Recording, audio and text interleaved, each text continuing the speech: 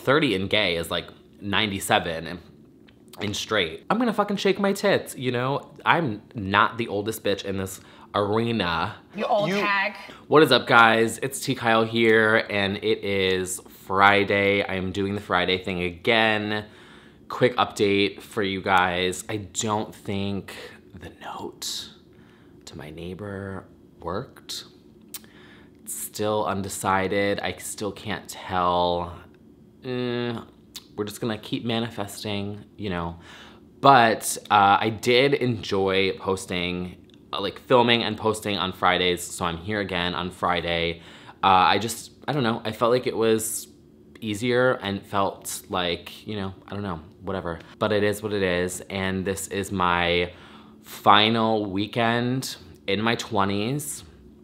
So today we're gonna be discussing how I really feel about turning 30, the goods and the bads, the excitements and the fears about how I really feel about turning 30, because it's obviously been all I've been thinking about all week. Well, not all I've been thinking about. Sit back, I've got my Dunkin' Donuts. Not sponsored.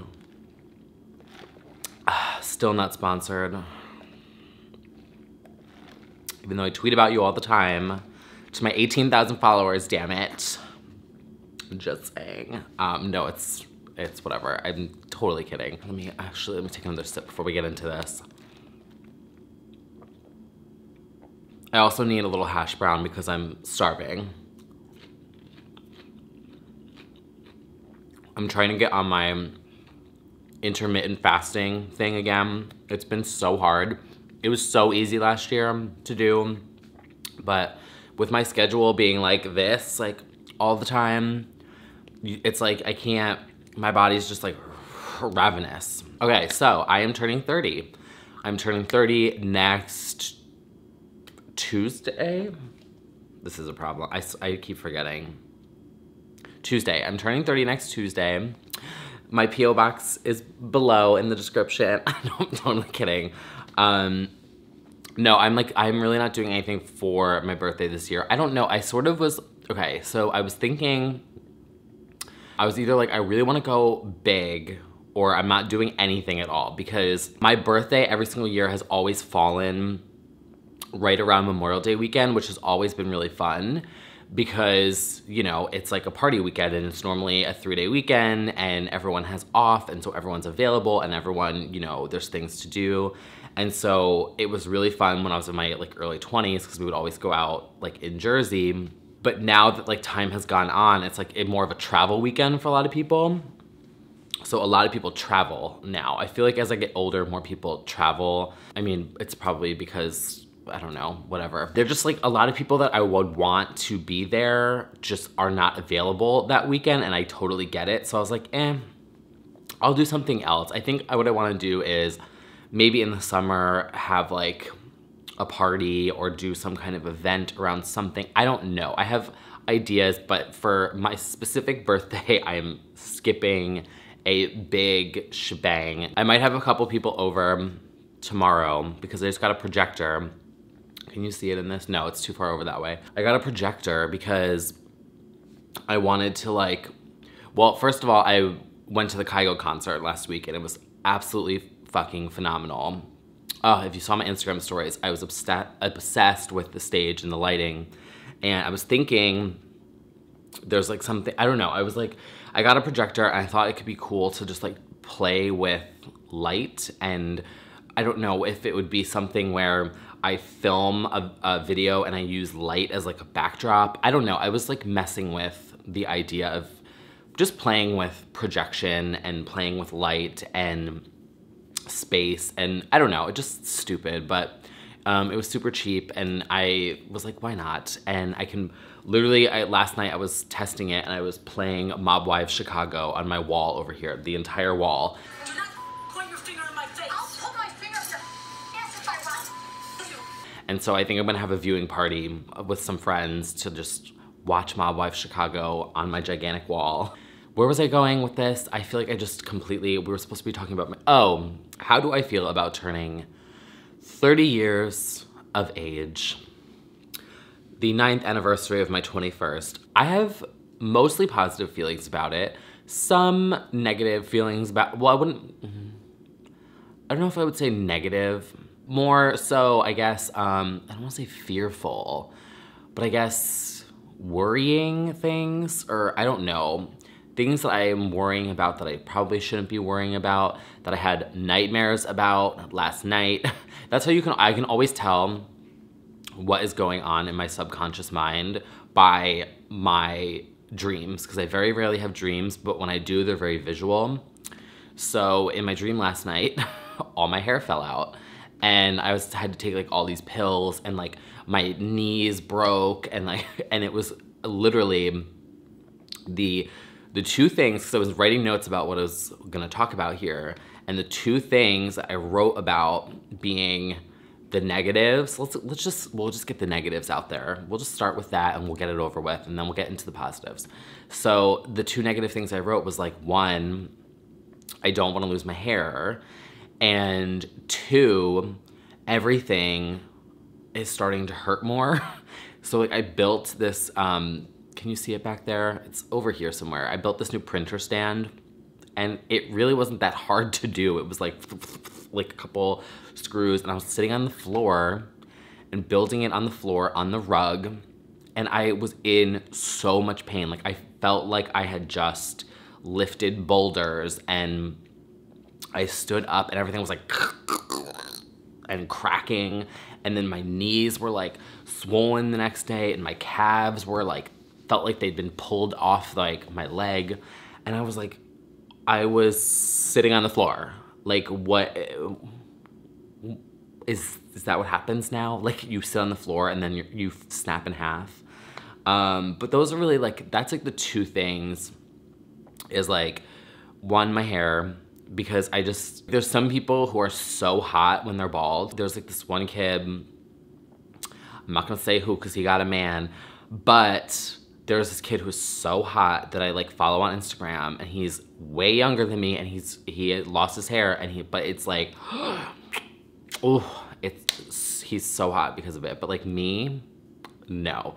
So I think that's where I'm like, I don't know, that's like my one thing where I'm just like, please just stay with me for like 8 more years until I'm like, you know, I don't want to be like anywhere on like, you know what I'm saying? At least 5 more years, and then we're good, because I don't know where this is going. I don't know where I am going. So like, whatever. And like, if I'm 40 and teaching in a college or running my own business, like I can be bald, it's fine.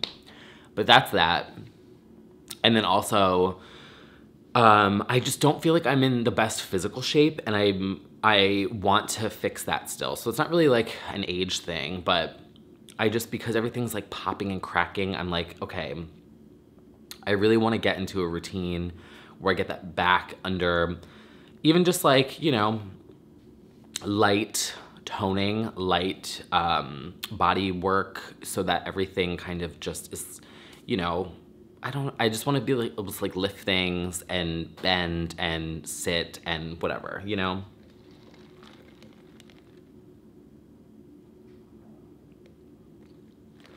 Now, I am also going gray, which some people would freak out about, and I actually am not. I haven't really been freaking out about going gray. It's starting here, like on the one side, and it also is in my beard. It's pretty noticeable in my beard, but like I'm kind of into it. So that's the one thing where I'm like, if you want to stay here, please stay here. You can come in gray, Just don't, you know what I'm saying? I'm like kind of into it. I feel like, I mean, I've always been attracted to like a little bit of salt and pepper, you know? So now that I'm getting a little bit of salt and pepper, I'm like, ooh, like I think it'll work on me. I really do. I think like salt and pepper will, you know, work. And it's like, I don't know. So I'm into that, which is good. I'm also not really, I am against Botox. I don't think I'll ever do it, because I would be that bitch that is like, and like my whole face falls off. Like, you know what I'm saying? Like they just hit that one nerve, and it's like, I don't know. I just can't see myself doing it. And I think it's because, you guys know, I've become like mildly holistic a little bit recently. And I just feel like Botox is a poison, and you hit the wrong spot, and like you could really fuck your face up. And I feel like with me, like I'm very animated up here, and granted, like it does give me resting bitch face, which I realize, but I'm kind of like,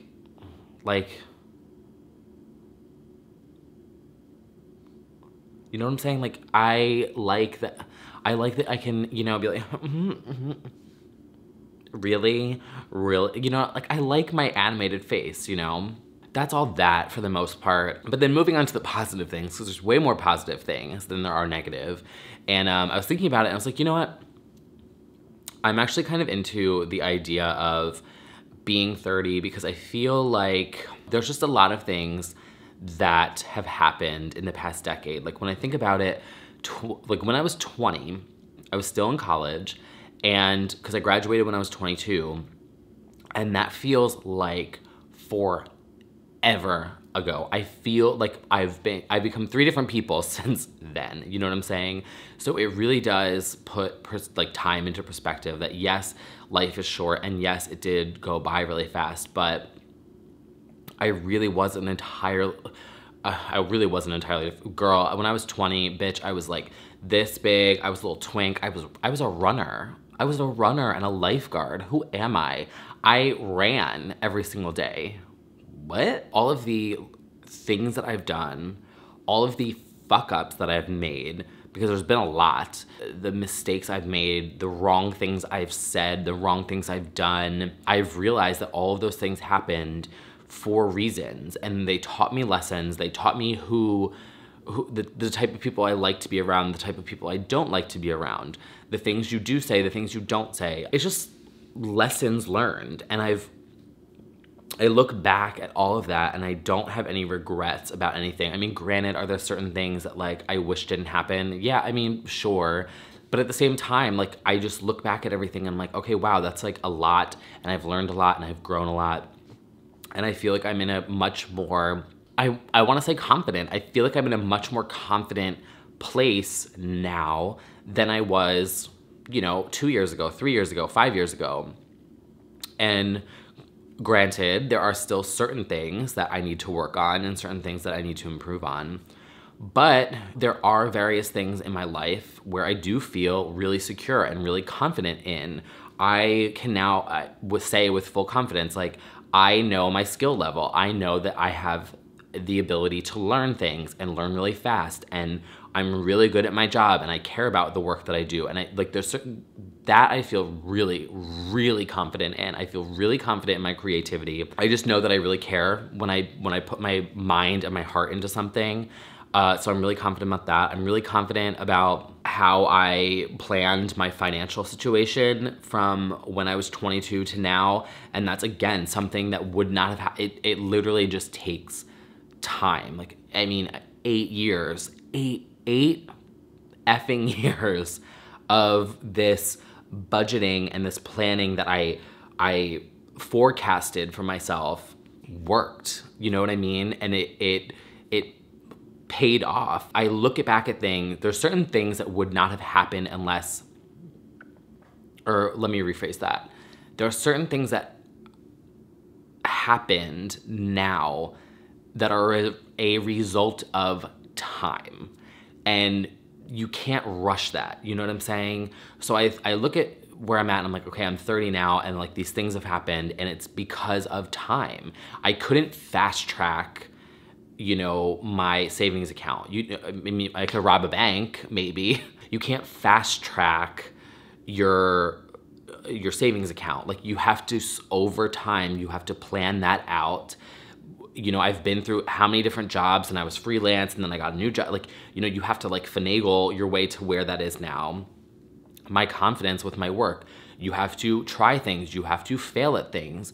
You have to get challenged. You have to have projects that are tight deadlines, and, you know, assignments that you don't know how to do certain things, and you have to like, that takes time. And so I think my advice here to anyone who might be watching and that feels like stressed out or a certain way about, you know, something like that, is that just, you know, breathe for a second, and that just know that certain things just take time. And so that's like one of the positive things I feel about where I'm at right now. I feel like I know my patience level very well right now, and that's also something that's come with time. I know my patience level. I know the things I can and cannot tolerate.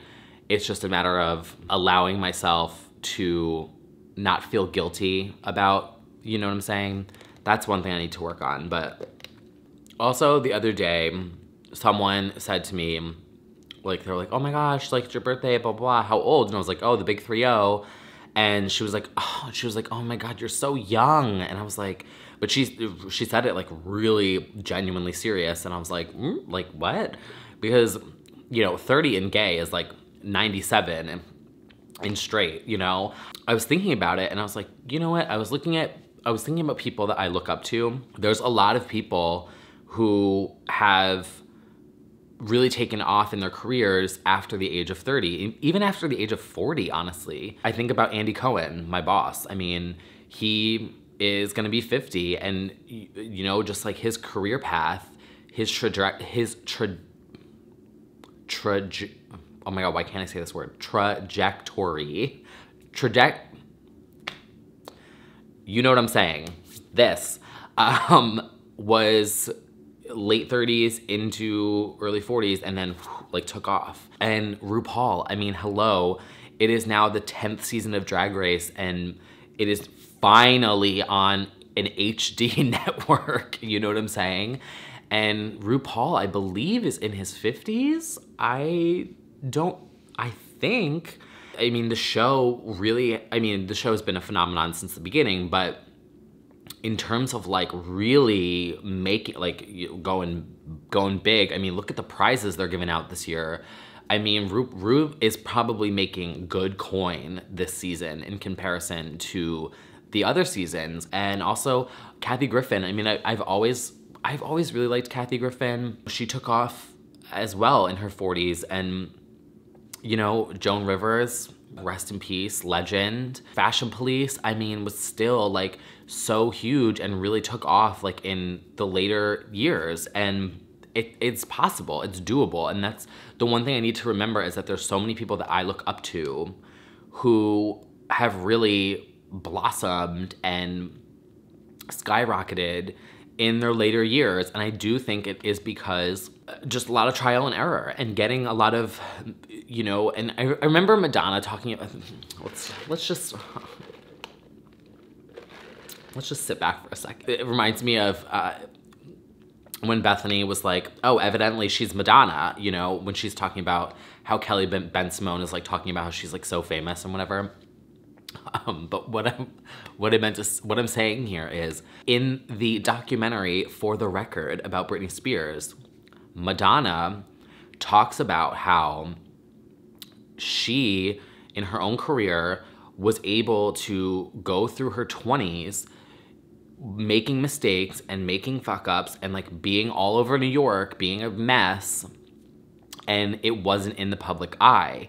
And that her career, like when she finally took off, there was not this like paparazzi obsessed culture. So she was able, she says, like, I was able to make mistakes when I was young. I was able to do the wrong thing and no one really knew about it. No one talked about it. Whereas Britney in her 20s was you know, it was a very tumultuous time and it played out in the public eye because of paparazzi and cameras and like whatever. So I think back at like all of that and I'm like, you know, it seems like it's a thing where people have very tumultuous 20s, you know, and it's not an unusual concept. And so I feel a little more, what's the word? God, I need to study the dictionary. I'm so bad with my words. It feels comforting knowing that there are really successful, famous people who have had very tumultuous early, you know, 20s and 30s and were able to make their careers blow up in their later years, you know? I think it's cool. It also helps me take a little bit of the pressure off myself because when I sit and I'm you know, just stirring my mind about like, well, what am I gonna do next, or what's next, or what do I want to create? What do I want to do? What do I want to be? What do I want to pursue? It helps me take a little bit of the pressure off and be like, oh, this person didn't become famous till they were 40. And that's another 10 years from now for me. And I look back at the past 10 years and I'm like, holy shit, the amount of shit that I've done in the past 10 years. I mean, I was a student, I was a freelancer, I was a lifeguard, I used to be a runner, I worked at MTV, I worked on the VMAs, I worked at Logo, I worked on RuPaul's Drag Race, was a bartender on Watch What Happens Live, then I quit my job, I almost left New York, I freelanced by myself as my own independent boss for a year and a half. I gained a ton of weight, I lost a ton of weight, I gained the weight back and then I lost it again. I got offered a job at Watch What Happens Live. I have Andy Cohen as a boss. I just think back on the past, not even 10, even 8 years since I graduated. And I'm like just how much the city, I mean, I'm looking out my window and I'm like, where am I? I'm in a new apartment. I'm in a new place. The city outside here has changed so much in 8 years. In 10 years. I mean, I've been here, this summer will be my 12th year in New York. And I'm just like, there's a lot that can happen in 10 years. And so I feel like I'm not as I still am confused about where I want to go, and I still don't know, but I'm also feel a sense of comfort knowing that that's okay, because there's a lot of other people out there who didn't know when they were 30. There's a lot of other people out there who didn't know when they were 35 or 40 or 45. You know what I'm saying? It's all a journey, and it's all, you know, age is just a number, honestly. Yeah, I mean, that's kind of how my overall feelings about being 30. So I think that moving forward, now that I'm, 84 years old, I just wanna, slow things down a little bit. I don't wanna be this like daily content creator thing anymore. It's just a lot, it's so draining. And I wanna slowly work on things for bigger projects. Like the stuff I have planned for the fall. Things that are a little more planned rather than just like on a whim, just like getting it up to get it up. I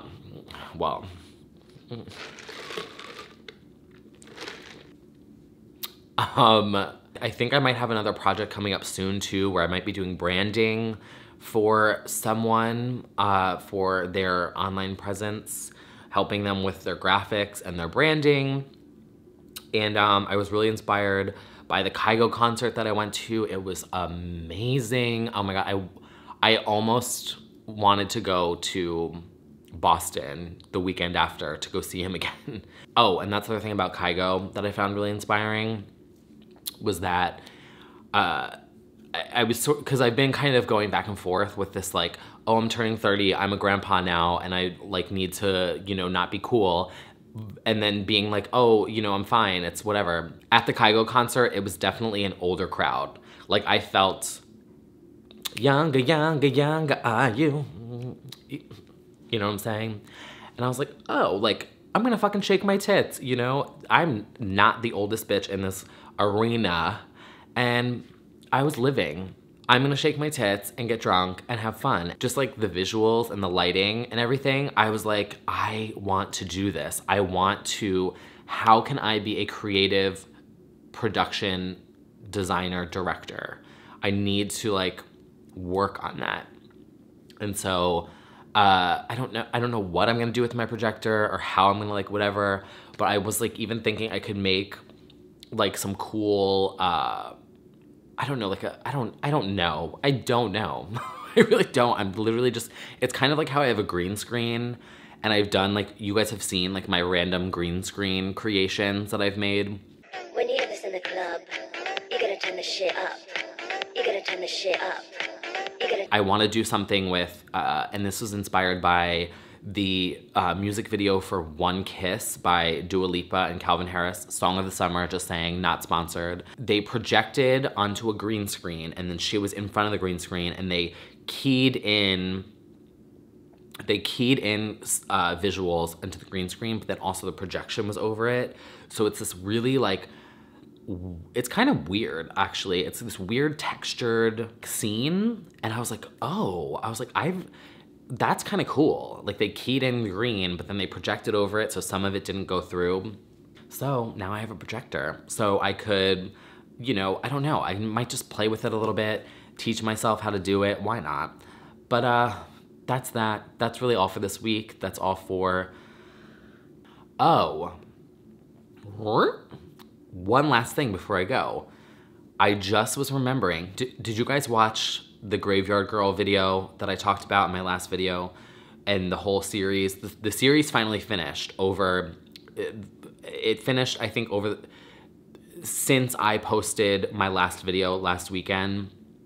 There have been new videos that have gone up, and I was watching it, and it was interesting to see Graveyard Girl in her video talk about how she'd been hiding and lying and covering up and playing it safe on YouTube to work with the algorithm and to fit in for clicks and blah, blah, blah, blah. And I was like, it just was validating for me because I feel like I've said that on here so many times. I'm like, all these big YouTubers, like it just feels like they're playing a part or they're playing it safe and they don't want to curse because of this. And like in Shane's video, Graveyard Girl was cursing, and there was something about it. I was like, I love her even more because now I'm getting the real Graveyard Girl. Like you saw, I was like, that's her. Like she's not pretending to be somebody. Like you saw her authentic self. And I'm like, that's what I want on YouTube. That's what I want to watch on YouTube. That's what I want to see on YouTube. That's the kind of people I want to connect with on, you know what I'm saying?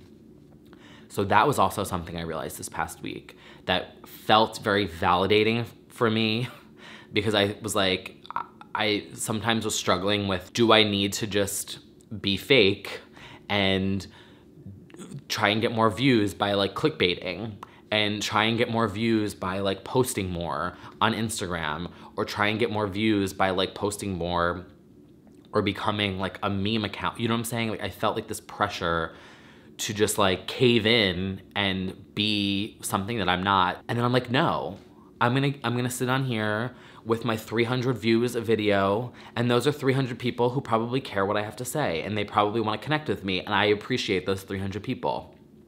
I don't need 30,000 people. I'm good with this little small community. You guys can all fit on my couch. But that was the last thing I wanted to say. That was in my notes. I did remember thinking that too this week because I also was like, you know, oh, I'm just gonna quit YouTube because I'm a flop and no one cares. And then I was like, you know what? No, like there's some people who appreciate this, and that's fine. Quality over quantity, girls, with everything. Quality over quantity when it comes to the content you put out, the friends that you have, the views that you get, the men's that you talk to, the food that you eat. Well, I haven't learned that lesson, so I'm not practicing that preach. What else? Oh, there's someone naked in that window over there. Oh, that's far too. Does that mean that bitch can see me?